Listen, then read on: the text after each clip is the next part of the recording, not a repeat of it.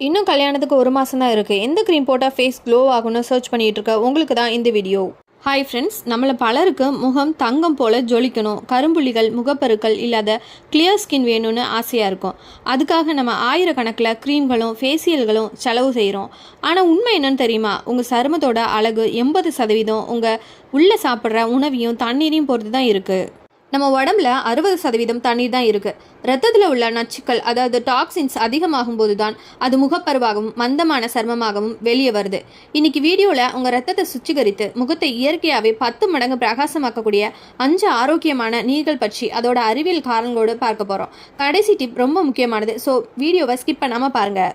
ஜீரக தண்ணீர் ஏன் குடிக்க வேண்டும்? சீரகத்தில் தைமோகுவனின் என்ற சக்தி வாய்ந்த ஆன்டி ஆக்சிடென்ட் உள்ளது.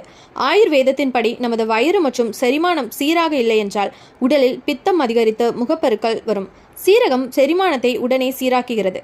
தயாரிக்கும் முறை: ஒரு பாத்திரத்தில் 1 கிளாஸ் தண்ணீர் ஊற்றி 1 ஸ்பூன் சீரகம் சேர்த்து 5 நிமிடங்கள் நன்கு கொதிக்க வைக்கவும். தண்ணீர் பொன்னிறமாக மாறியவும் வடிகட்டவும். எப்போது குடிக்க வேண்டும் என்றால் காலையில் எழுந்தவுடன் வாய் கொப்பளித்துவிட்டு வெறும் வயிற்றில் மிதமான வெதுவெதுப்பான சூட்டில் குடிக்க வேண்டும்.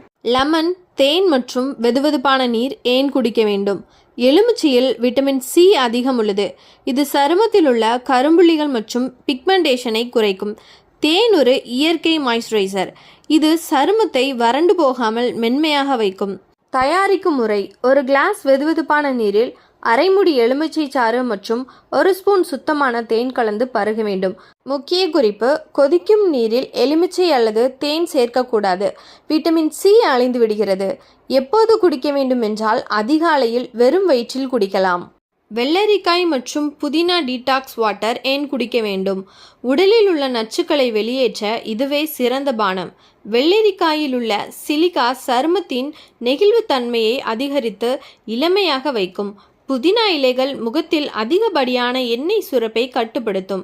தயாரிக்கும் முறை: 1 லிட்டர் குடிநீரில் அரை வெள்ளரிக்காய் துண்டுகள், 1 கைப்பிடி புதினா இலைகள் மற்றும் சிறிய எலுமிச்சை துண்டுகளை போட்டு 3 முதல் 4 மணி நேரம் அப்படியே ஊறவிடவும். எப்போதெல்லாம் குடிக்க வேண்டும் என்றால் காலை 11 முதல் மாலை 5 மணி வரை.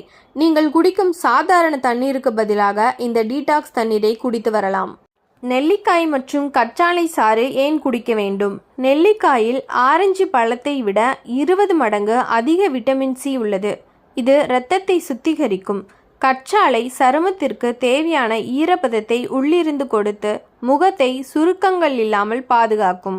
தயாரிக்கும் முறை: 1 கிளாஸ் வெதுவெதுப்பான நீரில் 2 ஸ்பூன் நெல்லிக்காய் சாறு மற்றும் 2 ஸ்பூன் புதிய கற்றாழை ஜெல்லின் சாற்றை கலந்து குடிக்க வேண்டும்.